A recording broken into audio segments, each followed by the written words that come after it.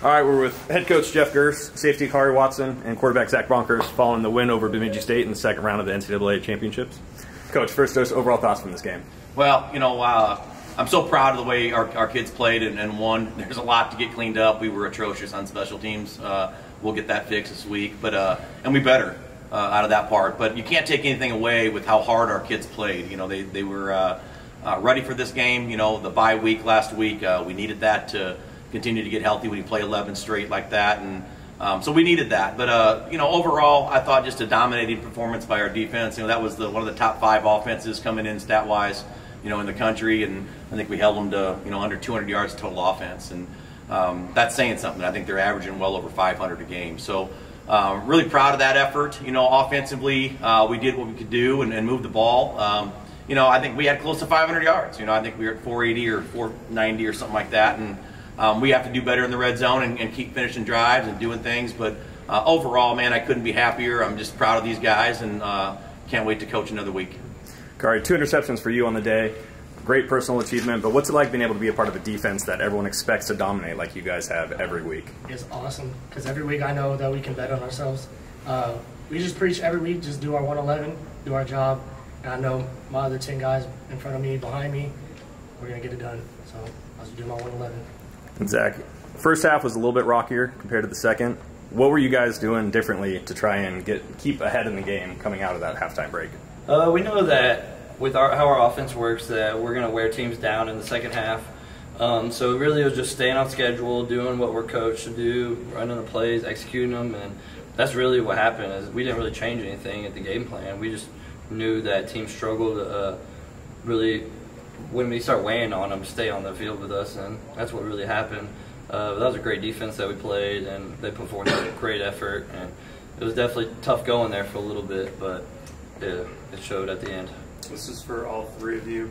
Whoever would like to answer can answer. I know your guys' biggest thing this year is pull the rope. You guys hit that adversity early on, really throughout, early in the second half. What was that like, seeing things kind of come together? Took a little while, but you got to where you needed to be at the end of the day. Zach. The Lone Star Conference, all the teams in general, they really prepared us for that, because we faced that same situation against WT, against Kingsville, against Central Washington. Yeah, Central Washington. We've been tested throughout the year, and we're in probably one of the top 3 conferences in all of D2 football, and it shows because we faced adversity before and we were prepared for it this time. Just like you said, we go through diversity, and it's a long game. There's 2 halves, so just coming out and knowing we just have to stay disciplined and do our job, and we just got it done. Can I get one more? It'll be school of mines next week for you guys. How much more would that mean? Since they knocked you guys off last year, you guys got them in the regular season, but to end their season, how much would that mean to you guys? Everything. It's what we've been working for, is a chance to face them again. They're a great opponent. It's a battle every time we face them. Just a slugfest, and it would mean everything. The regular season game, we could say it was the revenge game, but this is really the same thing as last year's. 3rd round, same team, this time at our place. It would mean everything. Yeah, it would mean a lot. But like you said, it was a revenge game, but just got to approach it like one other game. Game 13, got to keep going. Yeah, they're an outstanding football team, and when we played them week 2 and walked out that field with a win, I think every single one of us knew there was a really good chance that we were going to be playing them again. And we were fortunate to win out throughout the season and get them to come here. So we know what we're getting, and they know what they're getting in this game. It'll be a class game. There's 2 great programs on that part of it, and so I'm looking forward to it.